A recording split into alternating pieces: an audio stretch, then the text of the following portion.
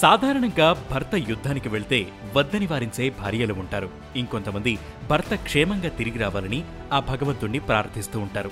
కానీ భర్తను యుద్ధానికి సన్నద్ధం చేసేందుకు తన తలనే తెగనరుకున్న భార్య గురించి విన్నారా? తనే హడీ రాణి సాహల్ కన్వర్. రాజస్థాన్కు చెందిన ఈ రాణి గాథ చరిత్ర పుటల్లో ప్రత్యేకంగా నిలిచిపోయింది. ఈమె యుద్ధంలో వీరోచితంగా పోరాడుకున్న తన చర్యతో ఎందరిలోనో స్ఫూర్తిని రగిలించిన ఆ రాణి గాథ గురించి ఈరోజు అనగనగాలో.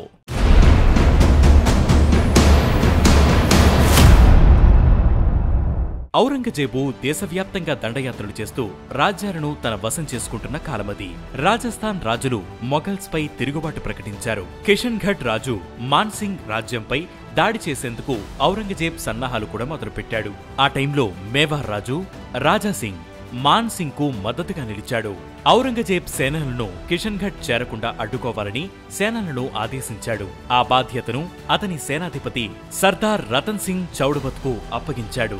రతన్ సింగ్ కు ఆ ఆదేశాలు వచ్చిన కొద్ది రోజుల ముందే హడా చౌహాన్ రాజ్పుత్ కుమార్తె హడీ రాణితో వివాహమైంది. భార్యతో ఎంతో సంతోషంగా కాలం గడుపుతున్న రతన్ సింగ్ కు ఆమెను విడిచి యుద్ధానికి వెళ్లడం ఇష్టం లేదు. అయినా సరే రాజాజ్ఞను శిరస వహించాల్సిందే కనుక అయిష్టంగానే యుద్ధానికి సిద్ధమయ్యాడు.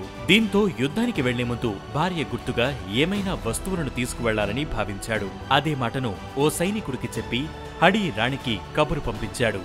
భర్త నుంచి వచ్చిన కబురు విన్న హడీ రాణి తన మీద ప్రేమతో భర్త యుద్ధానికి వెళ్లేందుకు ఇష్టపడట్లేదని విషయాన్ని గ్రహించింది. తన గురించే భర్త ఆలోచిస్తే అతని కర్తవ్యాన్ని సరిగ్గా నిర్వర్తించలేకపోతాడని గ్రహించిన హడీ రాణి తాను అతని యుద్ధానికి అడ్డంకిగా ఉండకూడదని నిర్ణయించుకుంది.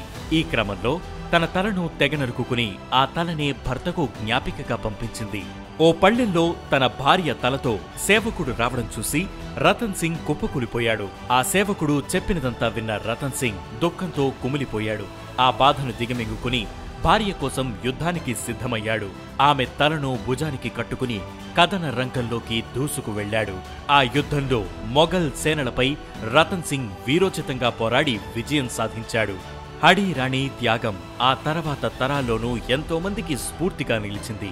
ముఖ్యంగా రాజ్పుతుల వీరత్వానికి ఆమె గాథను ఓ ఉదాహరణగా చెప్పుకుంటారు. జన్మభూమి కోసం పోరాటం కంటే ఏ బంధాలు ఎక్కువ కాదని ఆమె గాథ చెబుతోంది.